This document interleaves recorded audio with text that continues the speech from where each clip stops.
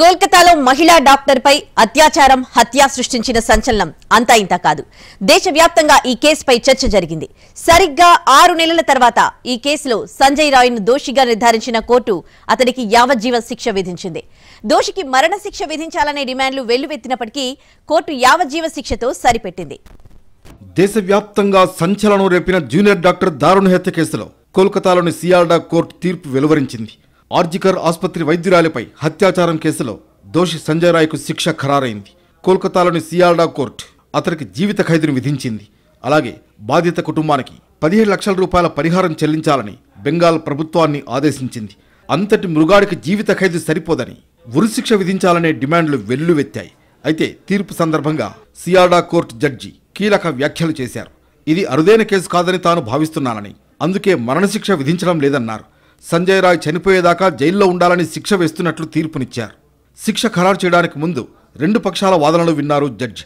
తనను ఈ కేసులో తప్పుగా ఇరికించారని సంజయ్ రాయ్ తన వాదన వినిపించగా ఇది అరుదైన కేసని, అతనికి మరణశిక్ష విధించాలని సిబిఐ తరఫు న్యాయవాది వాదించారు. 2024 ఆగస్టు 9న ఆర్జికర్ ఆసుపత్రిలో ఆన్ డ్యూటీ డాక్టర్గా విధులు నిర్వర్తించి రాత్రి సెమినార్ హాల్లో నిద్రిస్తున్న 31 ఏళ్ల ఆ మెడుకోపై వేకువజాము 4 గంటల సమయంలో సంజయ్ రాయ్ అత్యాచారం చేసి అనంతరం గొంతు పిసికి హత్య చేశాడు. సమీప పోలీస్ స్టేషన్లో సివిక్ వాలంటీరుగా పనిచేసేవాడు సంజయ్ రాయ్. బందోబస్తు నిమిత్తం ఆ ఆసుపత్రిలో నియమించగా ఈ దారుణానికి పాల్పడ్డాడు.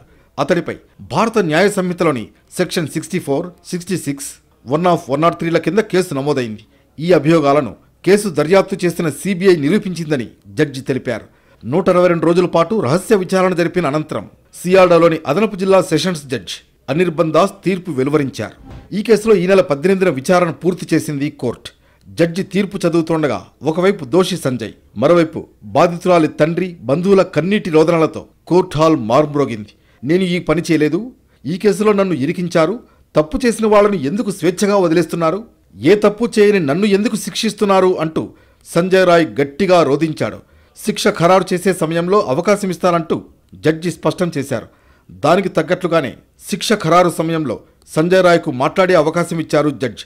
నేను ఈ నేరం చేయలేదు, ఏ కారణం లేకుండానే నన్ను ఇందులో ఇరికించారు, నన్ను దోషిగా నిలబెట్టారు, ఈ కేసుకు సంబంధించి పలు ఆధారాలు ధ్వంసమయ్యాయని నేను విన్నాను, నన్ను ఇరికించారో లేదో దాన్ని బట్టి మీరే నిర్ణయించుకోండి.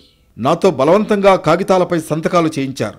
నేను అమాయకుడిని, నేనెప్పుడూ రుద్రాక్ష ధరిస్తాను, నేను నేరం చేసి ఉంటే అవి ఘటనా స్థలంలోనే ఊడిపోయి ఉండేవి, నాకు మాట్లాడే అవకాశం ఇవ్వలేదు, మీరు ఇవన్నీ చూశారు అంటూ సంజయ్ రాయ్ తన వర్షన్ వినిపించాడు.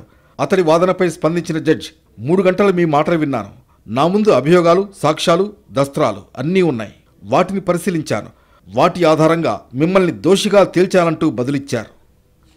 ప్రస్తుతం సంజయ్ కోల్కతా ప్రెసిడెన్సీ జైల్లో ఉన్నాడు. మొదటి నుంచి తాను అమాయకుడినేనంటూ వాదిస్తున్నాడు. అంతేకాదు ఓ పోలీస్ ఉన్నతాధికారికి అన్ని విషయాలు తెలుసంటూ చెబుతున్నాడు. అయితే కోర్టు మాత్రం అతడి వాదనను పట్టించుకోలేదు.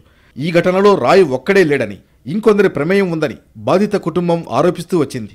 ఇటు కోల్కతా పోలీసులు, అటు సిబిఐ కూడా రాయ్ ఒక్కడే ఈ నేరానికి పాల్పడినట్లు నిర్ధారించాయి. సామూహిక అత్యాచారం విషయాన్ని ఛార్జ్షీట్లో ప్రస్తావించలేదు. 2024 అక్టోబర్ 7న సియాల్డా కోర్టులో దాఖలైన ఛార్జ్షీట్ ఆధారంగా additional district and sessions court విచారణ జరిపింది. నవంబర్ 12 నుంచి జనవరి 9 దాకా నిందితుడి ఇన్ కెమెరా ట్రయల్ జరిగింది. ఆ టైంలో 50 మంది సాక్షులను విచారించారు. చివరకు అత్యాచారం, హత్య నేరాల కింద సంజయ్ రాయ్ను దోషిగా ప్రకటించింది కోర్టు.